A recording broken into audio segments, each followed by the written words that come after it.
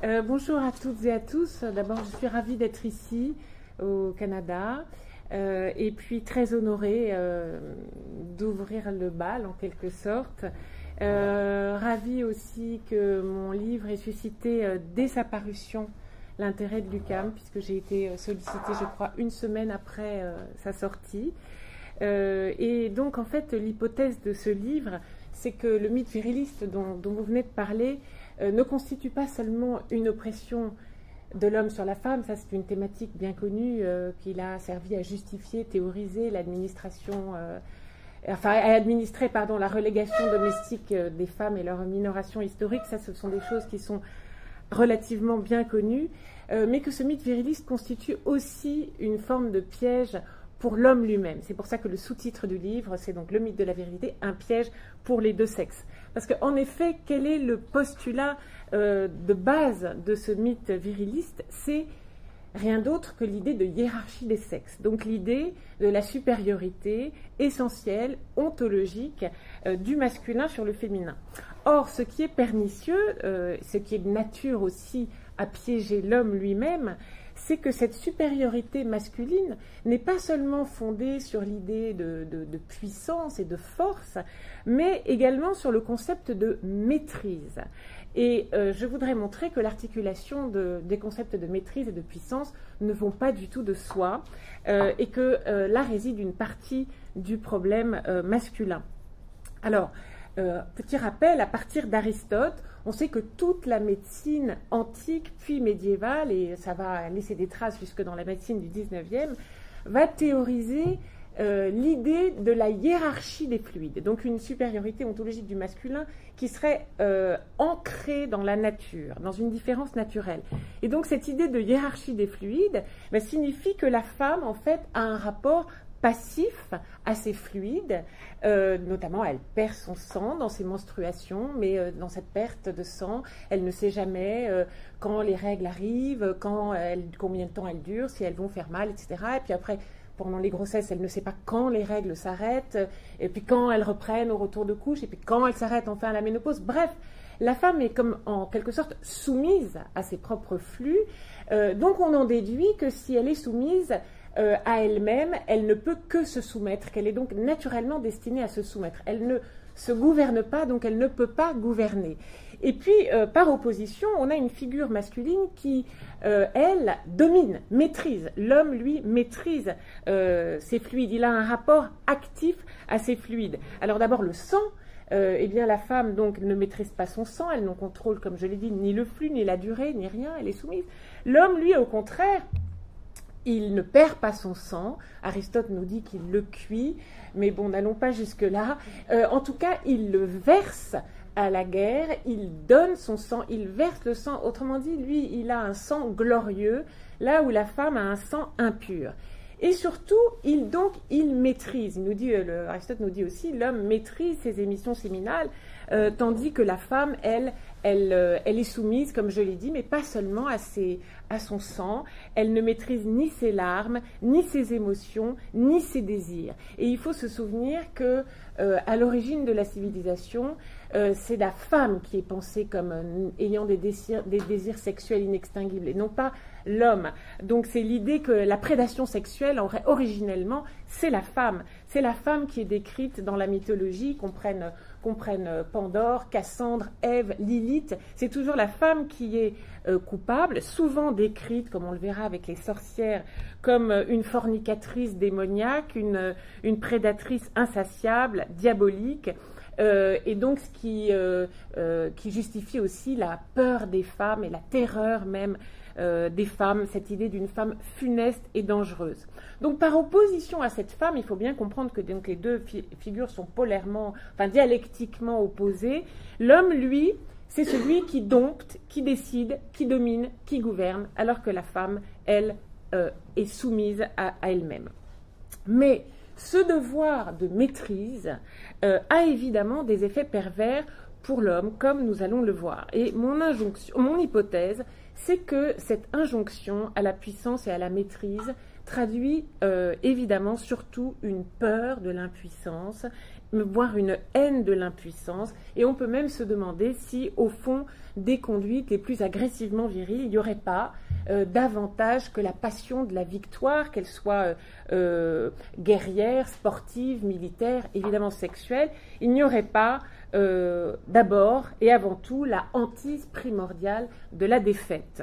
Et ce qui expliquerait que la virilité, comme vous l'avez dit, Véronique, est une vertu vulnérable et fragile, et toujours besoin de se régénérer en ressuscitant les modèles du chasseur, du chevalier, du guerrier, parfois de manière caricaturale, comme le fascisme, qui va voir dans l'hyperbole virile du surhomme la seule réponse possible à la dégénérescence.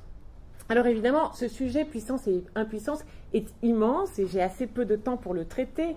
Donc évidemment, j'aurais pu l'analyser sous beaucoup d'angles. Notamment, il y a des aspects qui ont beaucoup retenu mon intérêt dans mon livre, sur lesquels je n'ai pas le temps de revenir ici. C'est comme cette idée de la belle mort, de la mort héroïque, de la gloire, de l'honneur, qui constituent le fond même du mythe viriliste. Mais je crois qu'on aura beaucoup de conférences passionnantes qui vont revenir là-dessus. Alors j'ai choisi de me focaliser sur l'aspect purement sexuel de la question, bien que ce ne soit pas facile, c'est plus facile à écrire qu'à dire, surtout que je ne m'attendais pas à ce qu'il y ait autant d'hommes dans la salle, donc c'est toujours un peu difficile de parler du rapport de l'homme à son phallus devant des hommes. Mais bon, on va être courageuse. Et on va s'atteler à ce qu'on a dit qu'on allait traiter. Voilà. Et puis, pourquoi l'aspect purement sexuel? Parce que je pense que c'est un aspect qui était extrêmement éclairant du rapport de l'homme à sa virilité, car la puissance phallique et le pouvoir, qu'ils soient politiques, guerriers, économiques, sont étroitement liés, imbriqués, puisqu'on peut même dire que l'un est l'indice de l'autre, c'est-à-dire que plus un homme a de conquêtes sexuelles, dans le mythe viriliste évidemment, plus on est considéré comme conquérant, donc comme valeureux, donc comme viril, donc plus on est un vrai homme. Et moi c'est cette notion de vrai homme qui m'a énormément intéressée. Alors déjà, ce lien entre la puissance militaire et la puissance phallique, eh bien, il suffit de prendre le nombre d'expressions empruntées au lexique guerrier pour qualifier le pénis, pour s'en convaincre, la lance, la pique, la matraque, le fusil, le pistolet, la hache, l'arbalète, le braquemar, le gourdin, l'épée, la torpille, le bazooka, et je suis sûre que les Canadiens en ont encore d'autres, des plus imagés. Donc l'analogie entre arme et phallus, elle est assez évidente. Mais la difficulté vient du fait que c'est une arme qui peut lâcher son porteur, qui peut lui désobéir, qui peut même se retourner contre lui, puisque chacun sait ici, chacune et chacun, on a fait l'expérience, l'homme peut potentiellement tout maîtriser, sauf cet engin capricieux qui habite son pantalon. Alors, comment l'homme, a fortiori l'honnête homme occidental, promis au rêve cartésien de se rendre comme maître et possesseur de la nature, comment cet homme-là, qui domine, qui maîtrise, peut-il accepter que son propre corps puisse ne pas lui répondre? On se demande même si l'organe sexuel jouit d'une vie propre, parfaitement autonome. En tout cas, Léonard de Vinci, dans ses carnets, s'était vraiment posé la question. Je vous lis juste cet extrait de La Verge. Parfois, elle possède une intelligence en propre, en dépit de la volonté qui désire la stimuler. Elle s'obstine et agit à sa guise, se mouvant parfois sans l'autorisation de l'homme, ou même à son insu. Soit qu'il dorme, soit à l'état de veille, elle ne suit que son impulsion. Il semble donc que cet être a souvent une vie et une intelligence distinctes de l'homme. Alors évidemment, ça met en difficulté cet idéal de maîtrise, et en fait, je disais, c'est l'articulation entre les deux qui est problématique. Comment maîtriser la puissance et comment venir à bout de l'impuissance? Comment articuler ces deux injonctions à la maîtrise et à la puissance? Alors, comme nous allons le voir, l'histoire de la virilité est marquée par cette angoisse terrible, irrationnelle de l'impuissance. Mais comment aborder un tel sujet? Évidemment, je ne vais pas l'aborder d'un point de vue ni psychologique ni individuelle, mais historique, théologique, littéraire. En fait, en réalité, ce qui est intéressant, c'est d'observer la production des discours sur la sexualité masculine, en se souvenant que ce mythe viriliste est véritablement un mythe, puisque il fait système, si vous voulez, et sa cohérence vient du fait qu'il a conjugué, dès les débuts de sa conceptualisation dans l'Antiquité gréco-romaine, toutes les disciplines et tous les arguments d'autorité, que ce soit la mythologie, on vient de le voir avec ces figures-là, mais aussi avec les figures héroïques, Achille, Hector, etc. La théologie, je vais en parler aussi plus aujourd'hui, la philosophie, on l'a vu avec Aristote, la biologie, la médecine, et évidemment le droit, puisque tout ça s'est entériné dans des textes de loi. Donc en fait, ça fait système. Et aborder cette question, c'est aborder la question sous l'angle de ce que Michel Foucault a appelé les dispositifs de sexualité dans la volonté de savoir, c'est-à-dire l'ensemble des discours, des normes, des interdits, des représentations et des mises en scène qui contribuent à faire de la sexualité bien davantage qu'une simple fonction physiologique, à en faire une construction culturelle. Donc s'il n'existe rien en apparence de plus intime que l'usage que chacun fait de ses organes sexuels, eh bien en réalité, il n'y a rien de plus codifié, rien de plus normalisé que cet usage. Alors, pour être jugé viril, un homme doit impérativement satisfaire à un certain nombre d'exigences en termes sexuels. Et je vais me baser pour construire cet exposé sur un triptyque qui est devenu canonique et qui avait été formulé, énoncé en 1633 par un dénommé Vincent Tagerot, qui était avocat général au Parlement de Paris, et qui a dit « La virilité, c'est dresser, entrer, mouiller ». 3 verbes qui sont très explicites, auxquels je vais en ajouter 2 autres. Prouver, avant même de dresser, et crâner, c'est-à-dire fanfaronner, une fois qu'on a mouillé.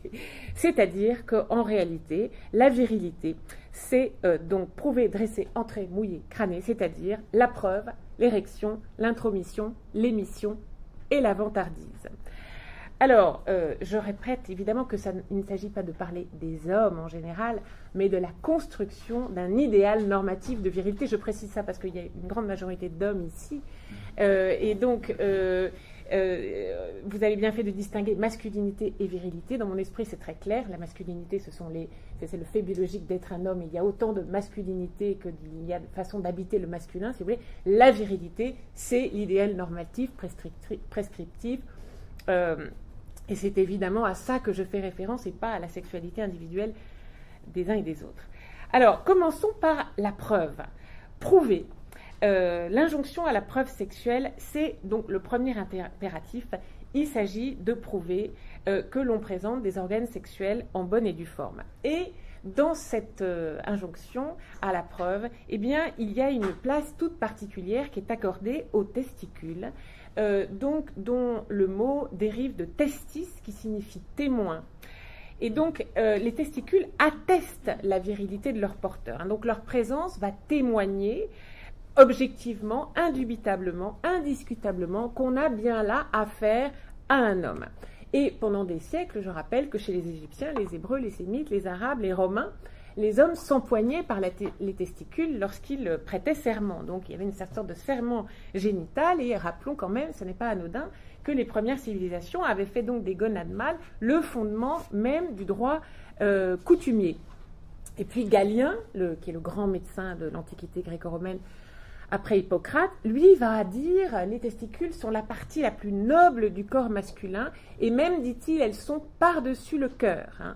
Donc depuis toujours, ce qu'on appelle les bourses sont le symbole de la puissance créatrice et elles sont considérées comme un marqueur viril extraordinairement précieux, ce que vont traduire des expressions argotiques beaucoup plus tardives comme l'expression de bijoux de famille, qui traduit bien l'idée qu'on a affaire à quelque chose de précieux. Rappelons aussi qu'en France, sous la royauté, la naissance du dauphin était l'occasion pour toutes les dames de la cour de venir rendre un hommage admiratif à la splendeur de ces bourses, qui était la symbole de la transmission du sang royal. A contrario, un homme qui s'en trouvait dépourvu se voyait traité d'eunuque. Et donc, il faut savoir que les eunuques étaient traités avec le plus grand mépris, non seulement par les docteurs, par les juristes, par le public et bien sûr par l'Église, qui était fidèle à la sévérité du Deutéronome 23.1, qui nous dit « Celui qui est eunuque, soit pour avoir été froissé, soit pour avoir été taillé, n'entrera pas dans la congrégation de l'Éternel. » Et il faut se souvenir que ne pas posséder de bourse pendant des siècles, c'était s'exposer au bannissement, c'était s'exposer à une vie de paria, parce qu'on ne pouvait pas faire la preuve formelle de sa virilité. Alors, il y a une référence canonique là-dessus encore, c'est l'historien français Charles Ancillon qui a écrit un traité des eunuques qui date de 1707, dans lequel il dresse un portrait absolument accablant de cet infrahomme, de ce sous-homme. Je le cite, « C'est un bœuf dont l'apparence répugne, sa voix est grêle et languissante, ses manières efféminées, il n'a aucun courage ni hardiesse, chétif et méprisable dans son corps, il vaut encore moins du côté de l'esprit, gens abominables et sans honneur, ils sont jaloux, féroces, gourmands, avares, inconstants, soupçonneux, furieux, insatiables. » Donc, même si l'homme possède un pénis fonctionnel, s'il n'a pas, excusez-moi, je vais être vulgaire, mais c'est comme ça que ça se dit, et s'il n'a pas de couilles, il n'est pas considéré comme viril. Parce que ce sont elles qui, nous dit-on, nous dit Charles Ancillon, vivifient le corps, ce sont elles qui lui donnent sa chaleur naturelle. Et en plus, il faut qu'elles se voient. C'est ce qui a perdu le pauvre baron d'Argenton, dont l'histoire est racontée dans un livre passionnant qui s'appelle « Le tribunal de l'impuissance » de l'historien Pierre Darmon. Et il nous raconte l'histoire de ce pauvre baron d'Argenton qui épouse la bien nommée Madeleine de la Châtre. Je ne l'invente pas, parce que sachant que châtré, c'est castré à l'époque, en ancien français. Et donc, l'histoire est rocambolesque, puisque donc... Madeleine de la Châtre avait bien été déflorée le soir de la nuit de noces, le sang avait le drap avait bel et bien été souillé. Le mariage a donc été consommé, mais elle en demande l'annulation au motif que son époux, dit-elle, n'a pas de témoin apparent et qu'il est donc un impuissant.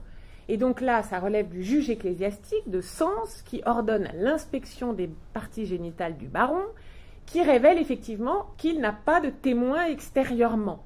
Et donc le mariage est déclaré nul, ce qui était à l'époque grave, parce qu'en plus, il lui doit des dommages et intérêts, puisqu'elle est dévalorisée sur le marché matrimonial.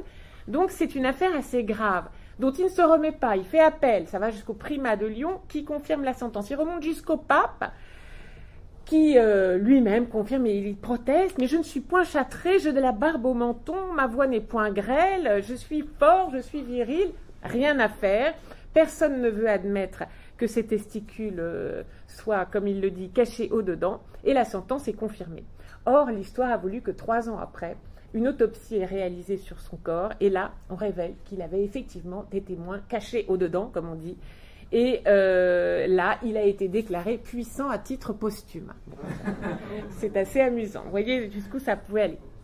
Alors, évidemment, si les bourses sont capitales, l'élément, évidemment, le plus prestigieux de l'anatomie mâle, celui dont il est censé s'enorgueillir le plus, c'est évidemment le pénis. Et là, il faut rappeler que dans la littérature, eh bien, on voit enfant, chacun l'invite à en tirer fierté, à commencer par les mères et les nourrices d'autrefois, comme nous le raconte Rabelais, qui dit que Gargantua, dès qu'il, je cite, commença à explorer sa brague, c'est-à-dire sa braguette, Gargantua faisait la joie de ses nourrices et elle frottait l'objet entre leurs mains comme un rouleau à pâtisserie, je cite, et quand il commençait à dresser l'oreille, elles éclataient de rire. Et il faut lire là-dessus le chapitre Enfance du deuxième sexe de Simone de Beauvoir, qui s'inspire des analyses de Freud et Adler et qui montre comment on insuffle au garçonnet l'orgueil de sa virilité en incarnant cette virilité qui est une notion abstraite dans son pénis, qui lui est concret. Donc elle nous dit, jusqu'à l'âge tendre où on va lui couper ses premières boucles, et où donc à l'époque où ça se passe, on va cesser de l'habiller de robes et de dentelles comme sa petite sœur, ou sa grande sœur, l'enfant, jusqu'à cet âge-là, l'enfant n'éprouve pas particulièrement, dit-elle, de fierté à l'égard de son petit sexe indolent. Je cite tout ça. Mais l'attitude de son entourage va bientôt convaincre le garçonnet de la haute valeur de son petit sexe indolent, en lui faisant comprendre que les efforts qui lui sont désormais imposés pour se démarquer de ses sœurs, c'est-à-dire un homme ne demande pas qu'on l'embrasse, un homme ne se regarde pas dans les glaces, un homme ne pleure pas, etc., sont justifiés par sa supériorité, c'est-à-dire il a quelque chose qu'elles n'ont pas, et c'est pour cette raison qu'on a sur lui de plus grands desseins, de plus grands objectifs. Je vous la lis parce que c'est très éclairant. Loin que le pénis se découvre comme un privilège immédiat, d'où le garçon tirerait un sentiment de supériorité, sa valorisation apparaît au contraire comme une compensation inventée par les adultes et ardemment acceptée par l'enfant aux duretés du dernier sevrage. Par là, il est défendu contre le regret de ne plus être un nourrisson, de ne pas être une fille. Et la phrase importante est là. Par la suite, il incarnera dans son sexe sa transcendance et sa souveraineté orgueilleuse. Parce qu'elle nous dit, cet organe qui se laisse voir et saisir s'offre naturellement à l'admiration de chacun et de chacune, à commencer par les mères et les nourrices, à la différence des parties génitales de la fillette, qui, elles, donc de ses sœurs, qui sont non visibles, secrètes et donc tabous et honteuses. Donc, là où le petit pénis du garçon est déjà pour lui un symbole de puissance et d'autonomie, les mystérieuses parties intimes de la fillette lui sont impénétrables et génèrent chez elle un sentiment confus de honte et d'angoisse de l'inconnu. Donc, elle nous dit, tandis que le garçon est encouragé à regarder sa verge comme, je cite, un alter ego d'habitude plus rusé, plus intelligent et plus adroit que l'individu, la fillette, au contraire, est amenée à considérer avec inquiétude ses intérieurs, qui n'inspirent ni révérence ni tendresse aux mères et aux nourrices. Je la cite, « Elle n'attire pas son attention sur cet organe secret dont on ne voit que l'enveloppe, qui ne se laisse pas empoigner. En un sens, elle n'a pas de sexe. Et elle ne peut s'incarner dans aucune partie d'elle-même, à la différence de son frère. » Il y a aussi des analyses dont je vous fais grâce sur la façon dont le garçonnet maîtrise le jet d'urine alors que la petite fille doit se déshabiller, se cacher derrière un arbre, etc. Ce qui est vrai contribue à cette impression, à cette inégalité dans l'enfance. Alors, évidemment, il en tire fierté, mais évidemment aussi angoisse. C'est une source d'angoisse, de terrible angoisse. Pourquoi ? Eh bien, Rousseau nous l'a très bien dit, l'angoisse et le malheur des hommes vient de la comparaison. Or, la comparaison avec les autres est très, très anxiogène. Et donc, la question, c'est, mon sexe a-t-il la bonne taille ? Et donc, cette obsession de la jauge, on va la voir historiquement, elle est absolument majeure, mais elle est très paradoxale parce que depuis les origines de la civilisation, on va stigmatiser tout autant les toutes petites verges que les très grosses. Moyennant quoi, qu'est-ce qu'un homme ? On n'est jamais viril. Ça, c'est vraiment symptomatique, je pense, de beaucoup de questions. Où est la virilité ? Elle n'est ni dans le petit sexe, ni dans le gros sexe. Donnons quelques exemples de ce rapport très inquiet aux mensurations. D'abord, dans l'Antiquité grecque, on sait que c'est à la fois, ça relève à la fois de l'éthique et de l'esthétique. On voit des statues de Couroï et on ne peut pas ne pas être frappé par le contraste entre la largesse des épaules et la petitesse du sexe. On sait que pour les Grecs avaient fait de la perfection des proportions physiques la quintessence de la virilité, un corps qui est sans cesse exalté, qui s'exhibe nu au gymnase, qui est représenté nu, etc. Et pourtant, la verge est minuscule en proportion des épaules, comme celle des enfants, parce que ça signale la maîtrise, voire la bonne éducation. Donc, Aristophane va nous dire dans les Nuées que pour être digne d'être admiré et désiré, le jeune homme idéal, il a, dit-il, les joues imberbes, la poitrine robuste, le teint vermeil, les épaules larges, le discours bref, la fesse rebondie et la verge menue. Et à contrario, ceux qui ont un gros phallus évoquent l'animalité et ils sont caricaturés dans les scènes burlesques, volontiers pornographiques. Donc il n'y a que les satyres des comédies, les barbares ou les esclaves, donc les sous-hommes, qui sont ityphaliques, c'est-à-dire dotés d'un affligeant priapisme. L'homme vertueux, lui, se distingue par la modestie de son sexe, parce que ça suppose qu'il le maîtrise, qu'il n'en subit pas les appels impétueux, qu'il domine, qu'il gouverne. On voit aussi que cette méfiance à l'égard des gros sexes, des sexes protubérants, se retrouve chez les Romains qui en font le comble de l'obscénité. Si on prend le petit dieu Priape, qui souffre d'une érection douloureusement continue, eh bien, il passe pour un enfant monstrueux. Il est même rejeté par sa propre mère Aphrodite, en raison de son membre terribilis, comme disent les Romains, et de sa laideur, parce qu'il est figé dans cette contraction indéfinie de ce sexe tumescent qui ne parvient jamais à la détumescence, et donc il incarne la pathologie du désir. Et il faut se souvenir, j'aurai l'occasion d'y revenir, que les Romains considèrent tout excès comme dégradant. Donc ceux qui se livrent à la débauche sont des âmes sales, corrompues, tout entières, prisonniers de leur sexe. Et puis on va voir que ce mépris à l'égard des porteurs de gros sexe va prendre aussi une coloration souvent explicitement raciste. Les colons européens vont attribuer aux indigènes un membre monstrueux dont les... Alors là j'ai un trou de mémoire, mais il y a un livre magnifique qui vient de... Mais j'ai un trou de mémoire sur les auteurs qui vient de paraître sur le sexe aux colonies, et je lis quelques... Merci. Et j'ai lu des extraits dans la presse qui reviennent sur cette fascination pour le membre monstrueux du noir, dont on pense qu'il signale un appétit sexuel tyrannique et qui conduit à toutes les perversions. Donc on les a accusés de polygamie, de zoophilie, de nécrophilie, de sodomie, de viol, etc.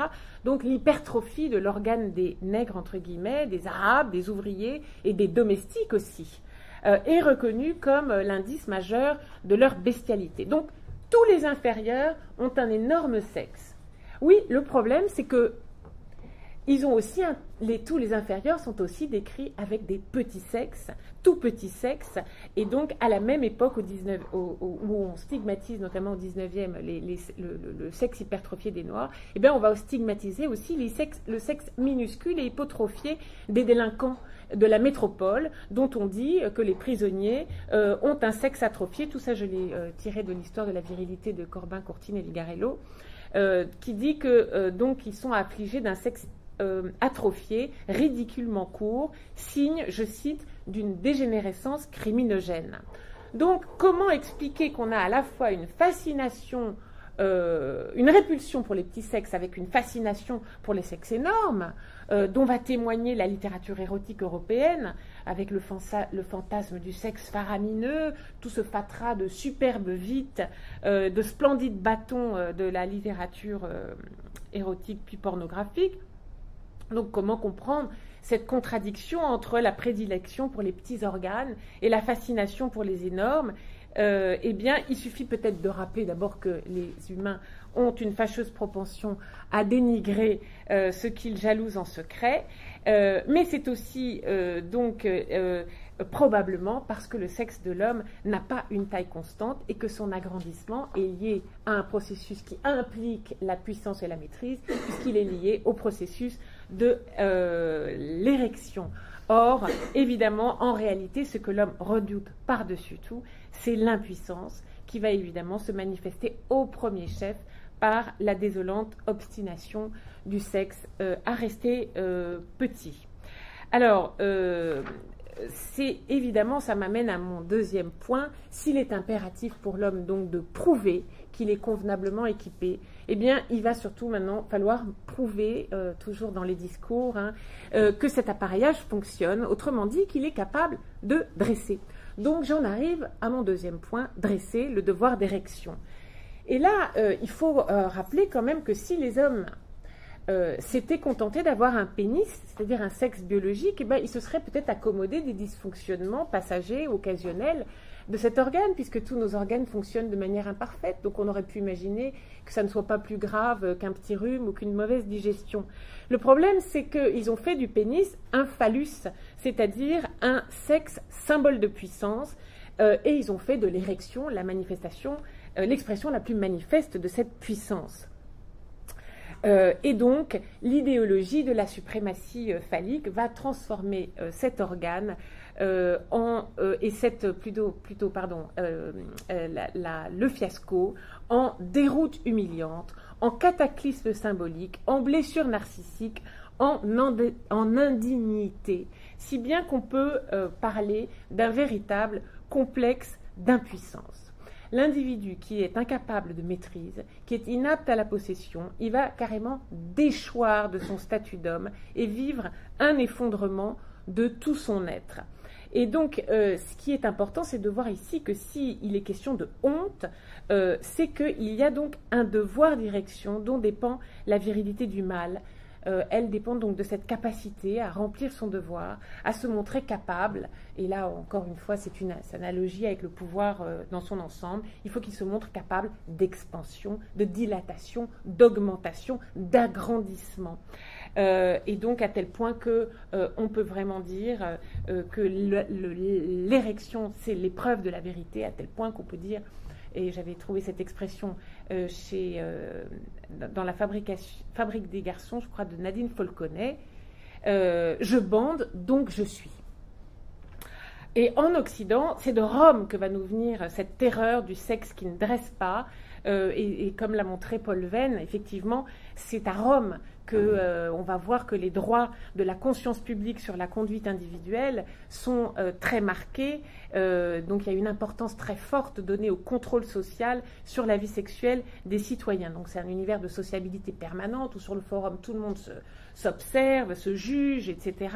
Et il faut évidemment que chacun soit conforme aux normes définies par l'ensemble. Et il faut rappeler la virulence avec laquelle certains comportements sont socialement réprouvés, honnis, conspués.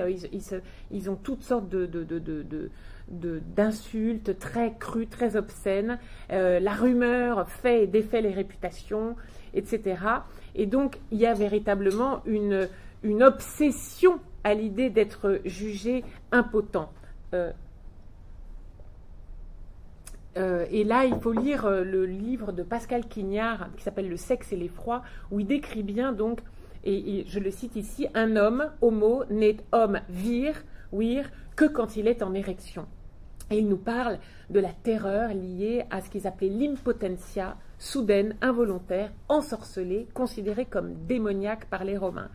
Et il y a une très belle description dans Les Amours d'Ovide, enfin très belle, plutôt tragique, description du fiasco dans le 3e livre des Amours. Je vous la lis. « Je l'ai tenu entre mes bras en vain. J'étais inerte, languidus. Je gisais comme un fardeau sur le lit. J'avais du désir, elle avait du désir, mais je n'ai pu brandir mon sexe. Mes reins étaient morts, mon membre engourdi, comme frotté de la froide ciguë, ne m'a pas secondé. Je gisais inerte, apparence pure, poids inutile, à mi-chemin entre le corps d'un homme et une ombre des enfers. À tout cela s'est ajoutée la honte. Je le disais tout à l'heure, la honte a amplifié la défaillance. La vie avec la virilité s'était détachée de moi. Donc, vous voyez, cette honte. Et Pascal Quignard va nous rappeler que les Romains vont nommer Fascinus, le phallos des Grecs, un mot dont dérive aussi fascination, qui évoque donc la pétrification devant une angoisse insurmontable, qui donne aussi le mot fascisme, donc qui relève de la même esthétique de l'effroi. Et donc, Pascal Quignard nous rappelle aussi que pour les Romains, ce qui rend le fascinus aussi terrifiant, c'est pas seulement sa propension à ne parfois pas obéir à la volonté de son porteur, mais c'est aussi le fait qu'il est voué à se rabougrir après l'acte. Autrement dit, il nous dit, le fascinus s'engloutit dans le sexe féminin ou pas féminin d'ailleurs, et il en ressort minuscule. Et donc, c'est l'une des raisons qui explique donc les vieilles élucubrations relatives à la dangerosité du vagin, donc notamment les mythologies du vagin denté, et la peur de la castration. Qu'est-ce que c'est que cette grotte pour qu'on ait envie d'y aller, mais pour qu'on en ressorte tout petit et tout affaibli. Donc, il faut aussi rappeler ce que fait Pascal Quignard, l'assimilation du phallus à un dieu. Parce que cette énergie autonome du sexe qui le pousse à jaillir soudain, à croître comme un végétal, à faner, et puis à se regonfler de sève, le tout par sa seule dynamique interne, parce qu'on voit que la maîtrise est difficile, ne peut être que l'œuvre du divin.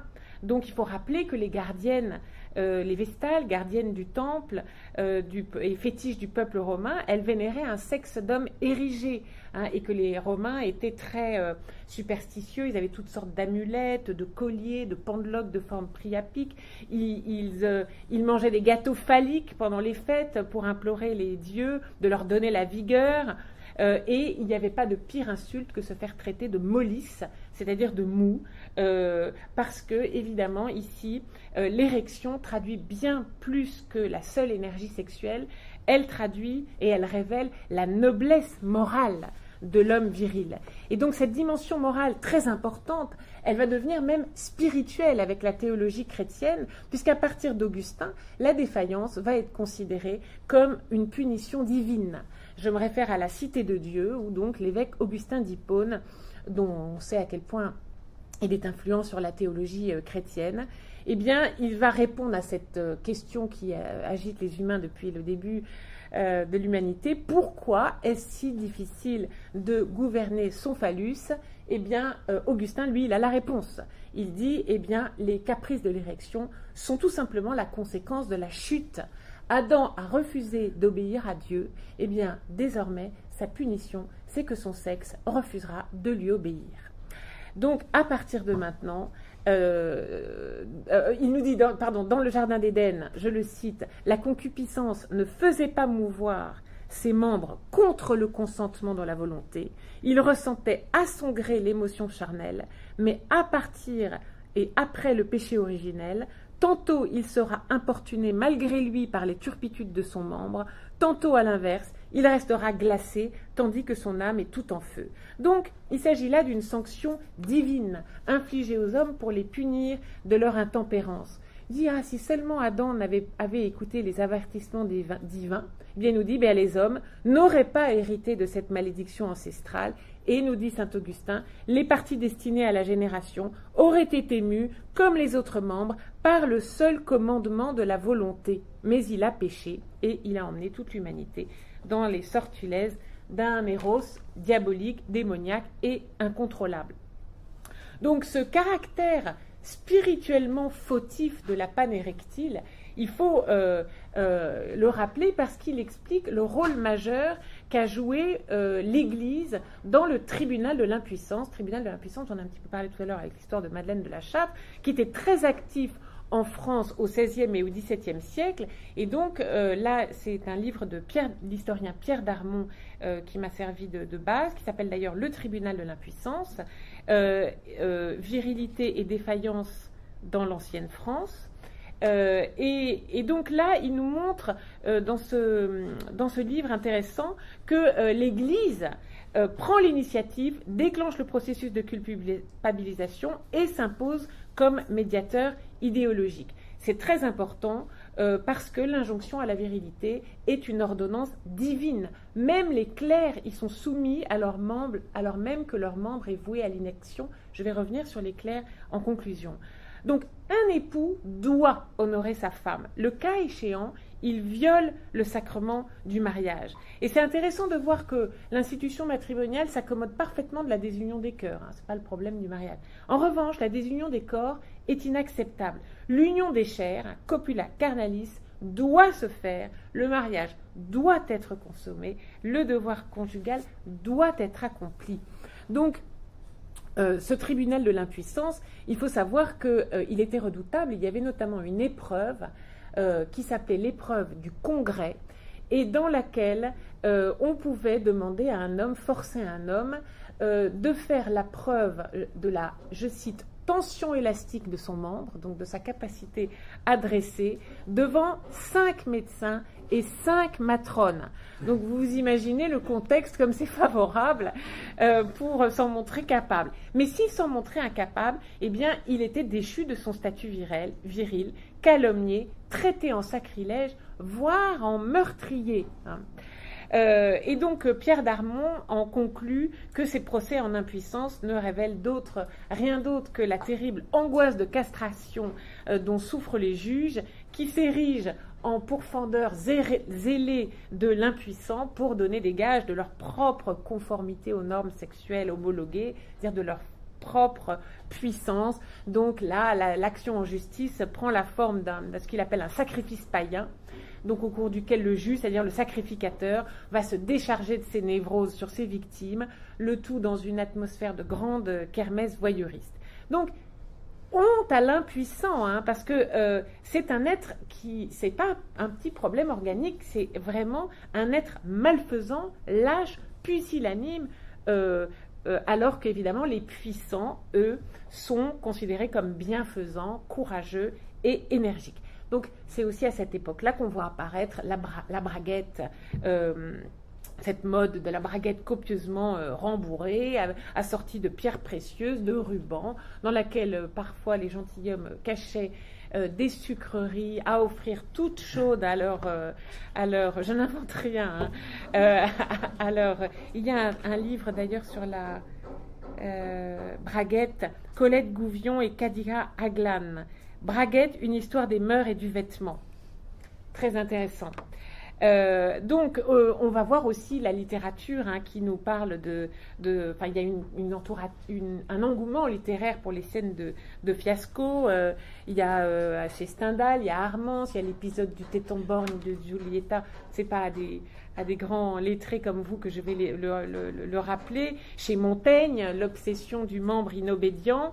Et puis, évidemment, on va voir fleurir toutes sortes de traitements pour remédier au dysfonctionnement. Donc en matière d'aphrodisiaque, on a des croyances aussi diverses que fantaisistes, hein. On sait que les Chinois, ils préconisent le bouillon d'hippocampe, la corne de rhinocéros.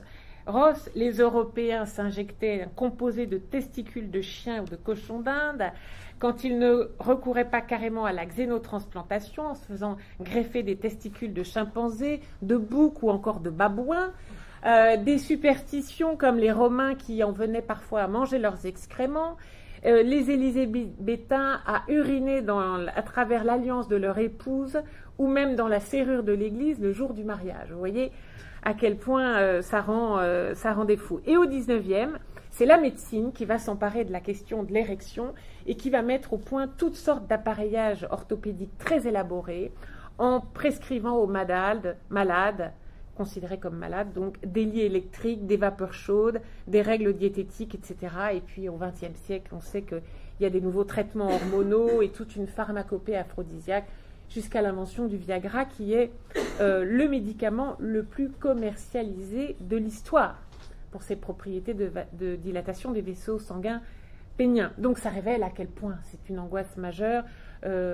Vous avez peut-être lu le beau roman de Romain Gary, Au-delà de cette limite, votre ticket n'est plus valable. Hein. On sait qu'il n'y a rien de plus douloureux que le deuil de phallus, puisque si l'homme y a placé le centre de son être, eh bien, ça le rend effectivement, évidemment, très vulnérable.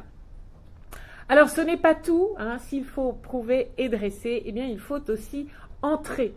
Mais là, ce serait trop simple d'en déduire qu'il suffit d'entrer, parce que qu'il suffit de dresser, pardon, parce que ce qui est important moralement, c'est ce qu'on fait de cette érection et du chemin qu'on va emprunter pour mener cette tumescence à la détumescence. Autrement dit, que le sexe s'érige, c'est bien, mais ce qui est vraiment la vraie question morale, c'est comment et où il se vide. Et là, on va voir que cette exigence de pénétration est elle aussi une source d'injonction extrêmement coercitive, mais aussi paradoxale. Donc, il faut, une fois dressé, que l'homme entre dans un autre corps, mais pas n'importe qui, n'importe comment, et il y a évidemment une pénétration licite et une pénétration illicite. Et c'est ce qui me fait dire que ce devoir d'intromission renvoie, qui renvoie donc à la soumission d'un autre corps, va apporter un éclairage particulièrement cru sur deux phénomènes. D'abord l'horreur de la masturbation Et deuxièmement, le mépris pour l'homosexuel. Je vois que le temps passe. En fait, j'ai jusqu'à quelle heure? Juste 15 minutes. Ah, bon, je vais essayer de me alors, je vais essayer d'aller à l'essentiel. D'abord, donc, l'interdit de la masturbation. Eh bien, ça prouve à quel point cette injonction à la puissance est difficilement compatible avec l'injonction à la maîtrise. Bon, alors, donc... alors, rappelons d'abord que déjà rien que le mot masturbation est en soi péjoratif puisqu'il est formé à partir de manus, la main, et de stupratio, qui veut dire souiller. Donc manus stupration apparaît pour la première fois sous la plume de Montaigne dans l'apologie de Raymond Sebon.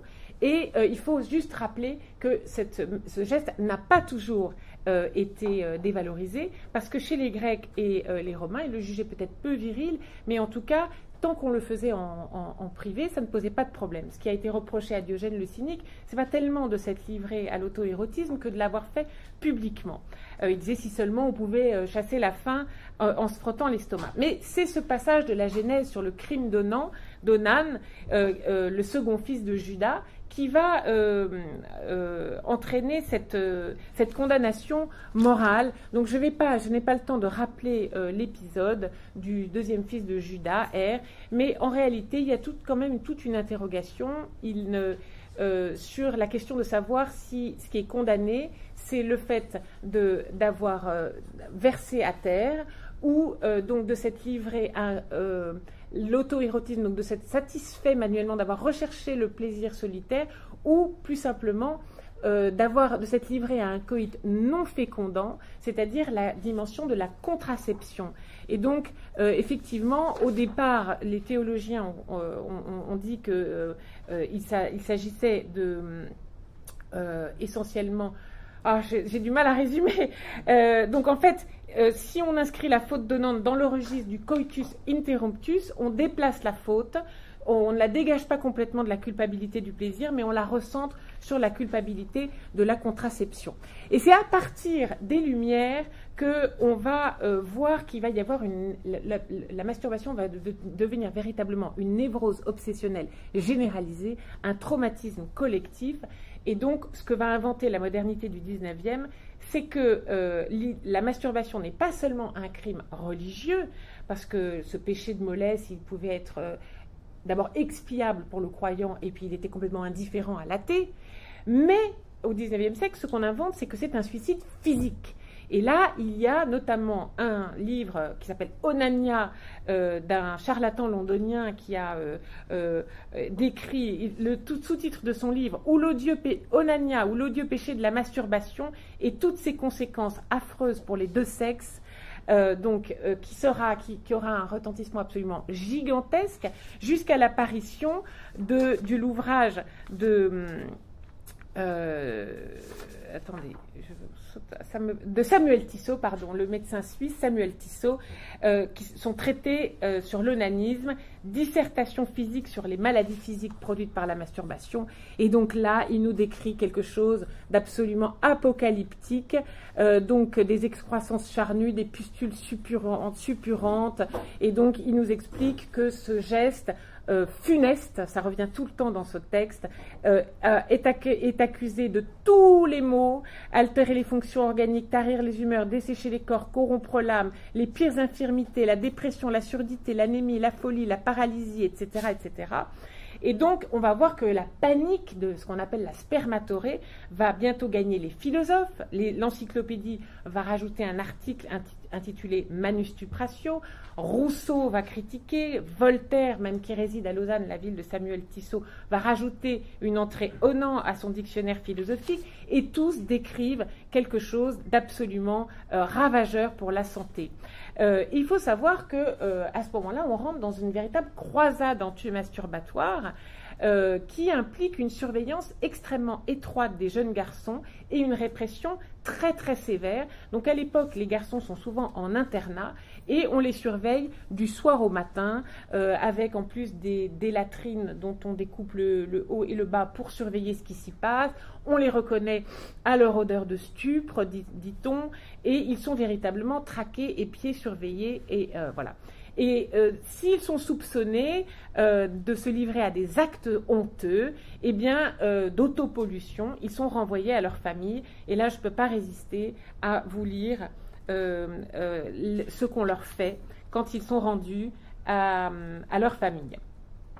On veille à ce que le garçon ne se couche jamais sur le dos. On lui fait prendre 3 bains gelés par jour. On le lave au vinaigre et à l'eau de goudron. On lui applique sur les parties honteuses de la neige pilée et du sel. On lui fait des bandages. On lui glisse sur le pénis un anneau garni de picots qui provoque de vives douleurs à chaque érection. On lui enferme le sexe dans une cage à serrure. On y injecte du potassium et de l'hydrate de chloral. On essaye sur lui les nouvelles ceintures électrifiées, les harnais, les alarmes. On lui enduit le périnée de cataplasme de ciguë. On y place des ventouses ou des sangsues pour en extraire le sang. On lui enfonce dans le rectum des œufs de métal ou de caoutchouc afin de masser la prostate, etc. On lui met les mains dans des mitaines de fer et bien sûr, on le fouette, etc. etc. Donc c'est absolument apocalyptique et jamais ce que le dispositif nommé biopouvoir par Foucault n'a à ce point surveillé, pénétré les corps. C'est, comme il le dit, l'archipel punitif généralisé dans ce siècle économe et puritain qu'est le 19e. Donc c'est intéressant de voir comment on passe du pécheur, du crime donnant, au malade. Hein, et donc c'est aussi un glissement qui s'opère au 19e siècle entre une vision théologique du monde et une vision positiviste du monde. Alors, cette injonction à la pénétration, je me dépêche, mais je voudrais quand même rappeler que ça explique aussi la stigmatisation de l'homosexuel, mais ce qui est important, c'est de voir que la virilité exige la pénétration, mais c'est surtout bien la pénétration qui fait la virilité, quel que soit le genre du corps pénétré. Et en fait, j'ai trouvé absolument fascinant, en me plongeant dans l'histoire de la sexualité, de comprendre que, en fait, sodomiser un individu mâle n'est pas dévirilisant, au contraire même. C'est dans certains cas le contraire. Dans la Grèce et la Rome antique, ce qui est stigmatisé, c'est d'être pénétré. Donc la pénétration dite passive, dans les races et les romaines, on sait que c'est le plus vieux qui doit absolument posséder l'autre, et ça n'a rien de dévirilisant. Il y a même un rapport très intéressant de Human Rights Watch portant sur le tabou du viol carcéral qui m'avait fascinée parce que révélant que les violeurs n'étaient absolument pas étaient des hétérosexuels convaincus, affichés hors les murs, avec les affiches de femmes au gros sein dans la cellule, etc., des femmes et des enfants ailleurs, à l'extérieur, donc, et que les vrais homosexuels sont rarement prédateurs en plus. Et donc, ils violent d'autres par simple volonté de domination, en réalité, des victimes qui sont simplement soupçonnées d'être homosexuelles en fonction d'une voix, d'un peu d'appétit pour la bagarre, d'une voix un peu trop perchée, d'une corpulence un peu plus faible, etc. Donc, on voit ici le lien entre ce phallos, donc cette idée de sexe symbole de pouvoir, et ça. Si j'avais eu plus de temps, j'aurais rappelé à quel point cette distinction entre l'homosexualité et l'hétérosexualité était arbitraire, construite, et que peut-être la frontière est assez poreuse entre les deux. Mais j'avance, puisque j'ai encore... C'est terrible parce que je pensais avoir 1 heure et... alors, donc, mouiller, hein, il faut en arriver là. Et mouiller, c'est intéressant parce que il y a l'art du bien jouir. On ne jouit pas n'importe comment. Et là encore, on voit qu'il y a des injonctions paradoxales parce que il faut à la fois se contenir et dépenser sans compter. Donc c'est très compliqué. On a le médecin Galien qui nous explique qu'un coït trop fréquent énerve et qu'il faut donc garder cette précieuse semence. Il y a toutes sortes de procédés pour limiter la production spermatique, comme le séchage, la diète, les plaques de bronze, etc. Parce que très longtemps, dans la médecine et la biologie européenne, on a cette idée qu'il faut contenir. Il faut contenir ses larmes, il faut contenir son sperme, à la différence de la femme, comme je l'ai dit, qui, elle, pleure et perd son sang, etc. Et donc, il y a un devoir de rétention qui s'impose dans toute l'Europe médiévale et moderne. Et donc, au 19e siècle, là encore, siècle économe et puritain, il y a une très stricte discipline sexuelle.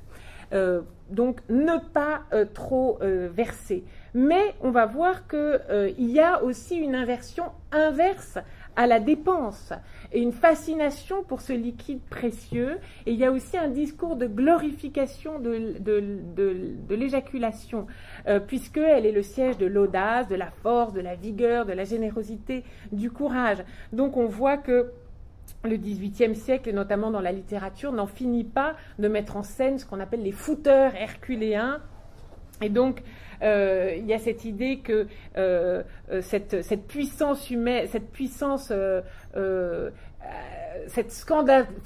dilapidation est un signe de profusion, donc de richesse.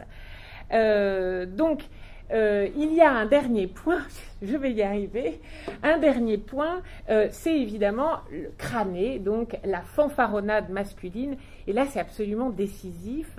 Louis XIV s'évanouit un jour de fiasco parce qu'il dit « Oh, quelle horreur !» C'était une dénommée Mademoiselle Dutronc, « Quelle horreur si elle va ébruiter ça et si... la cour apprend que j'ai fait un fiasco. » Donc, à défaut d'être toujours vigoureux, il faut du moins faire croire qu'on l'est. Et dans l'histoire de la virilité, moi, j'ai été très frappée par cette injonction presque à la fanfaronnade, à la vantardise, qui paraît presque une nécessité pour l'homme. Donc, cette assimilation entre le pouvoir et la prouesse sexuelle, donc dès le Moyen-Âge, au cabaret, la taverne, la caverne, on boit du vin, on doit exprimer dans une débauche verbale avec une masculinité de l'exploit physique, érotique, etc., avec beaucoup de galéjades sur les femmes. Et donc, dans tous ces lieux homosexués, aussi au 19e, ça va être la salle de garde, le caveau, la réunion politique, eh bien, il faut donc fanfaronner sur ces exploits sexuels et donc compter notamment. Compter, le comptage, c'est très important. On a déjà chez Olivier et Roland, dans la chanson de Roland, qu'on me décapite, j'y consens, je le jure, si je ne l'ai pas possédé 100 fois cette nuit. Donc il y a un comptage et qu'on retrouve dans toutes les correspondances des grands auteurs du 19e, notamment Flaubert, que je cite ici, je n'y résiste pas, à son ami Louis Bouillet à propos de son séjour à Beyrouth. Eh bien, j'ai foutu 3 femmes et tiré 4 coups aujourd'hui, dont 3 avant le déjeuner et un 4e après le dessert. Donc il y a cette obsession comptable, avec aussi une valorisation de la brutalité, avec des métaphores sexuelles qui renvoient souvent au registre des travaux de force et qui évoquent un peu la poigne et la rudesse virile. J'en cite quelques-unes: besogner, labourer, emmancher, enfiler, embrocher, crever la cloison, péter le cylindre, baiser à couillon rabattu, foutre tout en sang, entrer jusqu'à la garde. Hein, autant d'expressions qui signalent qu'on a affaire à un homme, un vrai.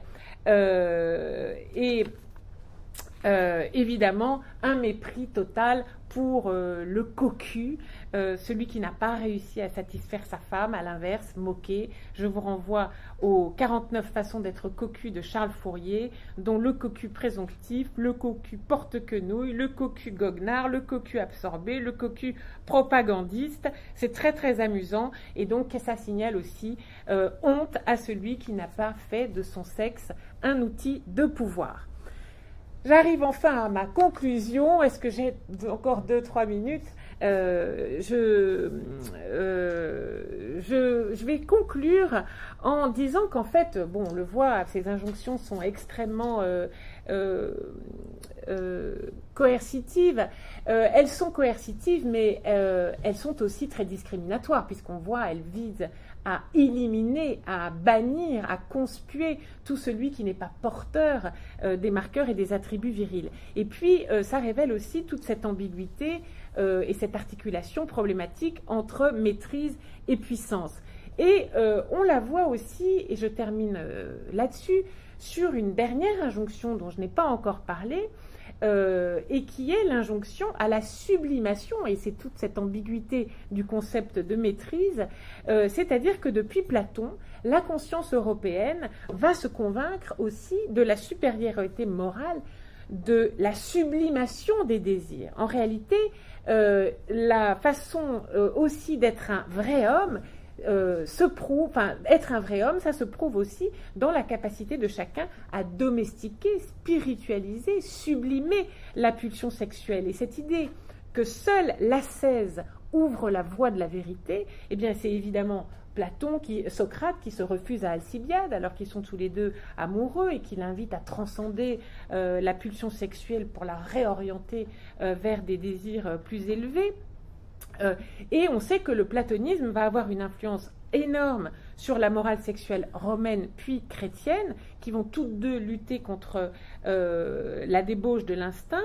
Et ce qui est très intéressant, c'est que on va voir qu'à Rome, par exemple, il y a ces injonctions à la puissance dont j'ai parlé, il ne faut absolument pas être un Mollys, et en réalité, la pire insulte, on l'a vu, c'est d'être un Mollys, mais il y a aussi une autre insulte, c'est d'être un fouteur, c'est-à-dire de coucher trop. Et d'ailleurs, c'est quelque chose qui vise César lui-même, dont on raconte sur le forum qu'il est le mari de toutes les femmes et donc la femme de tous les maris. Ça veut dire qu'il a une sexualité débridée et c'est très dévalorisé. Il n'y a rien même de plus dévalorisant. Parce qu'un homme, un vrai, il doit faire preuve en même temps de puissance sexuelle et de modération sexuelle. Et ce qui est passionnant, je trouve, c'est de voir que pendant tout le Moyen-Âge, et c'est une interrogation qui est réactivée au XIXe, on se demande vraiment qui est le plus viril, du moine ou du guerrier. Et donc, l'homme d'église, singulièrement l'évêque, qui est chaste, qui est lettré, il fait aussi figure de modèle d'excellence masculine et chrétienne, parce que ses ouailles sont invités à imiter sa conduite. Il est continent, mais il est aussi un guerrier, parce qu'il combat le diable. Il est un soldat du Christ.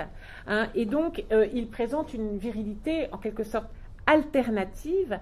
J'insiste sur le fait qu'il doit absolument aussi prouver qu'il est équipé, parce que c'est l'équipement qui fait l'homme, comme on l'a vu. Et donc, sa chasteté est un sacrifice. Donc, vraiment, on s'est longtemps posé la question de cet homme d'église qui ne porte pas les armes, mais qui est considéré comme parfois plus viril, plus glorieux que le prêtre que le guerrier. Donc, il triomphe. Qui est le plus viril? Celui qui triomphe au lit ou celui qui triomphe... au lit et sur le champ de bataille, ou celui qui, sans armes, comme le moine, sacrifie sa vie érotique pour le salut de l'humanité. Et donc, je pense que si cette question est longtemps restée indécidable, c'est qu'elle est révélatrice des interrogations, des incertitudes et des doutes qui, depuis ses origines, traversent le modèle viril, comme j'ai essayé de le montrer pour l'aspect juste de la sexualité. Et en fait, on voit que c'est un idéal viril qui a beau être ardemment revendiqué, eh bien c'est quand même un idéal qui est très instable et qui est soumis à de permanentes évolutions, qui est fait d'un mélange de fascination et de rejet, dont le contenu va évoluer avec les mœurs, avec les modes, et qui est toujours sans arrêt soumis à des contestations. Il y a sans arrêt de nouveaux archétypes masculins. Tantôt c'est l'apologie des lois du cœur et de l'esprit par opposition au culte de la force. Et cette apologie, elle est tantôt le fait du prêtre, elle est tantôt celle du poète courtois, voire parfois la marque emblématique du prince. Ce qui nous invite à penser que la notion même de virilité a toujours été critique et qu'elle s'est toujours déconstruite à mesure qu'elle se construisait. Je vais m'arrêter là parce que je veux respecter les horaires, mais simplement pour vous dire que j'ai vraiment hâte d'entendre mes consoeurs, mes confrères. Je ne sais pas si je tiendrai jusqu'à Mélanie qui va clôturer, Mélanie Gourarier, qui nous parlera de la crise de la virilité. Mais en tout cas, j'ai vraiment hâte de vous entendre et d'en apprendre encore, parce que c'est un sujet inépuisable, sur cette construction littéraire et anthropologique de la virilité. Je vous remercie beaucoup de votre attention.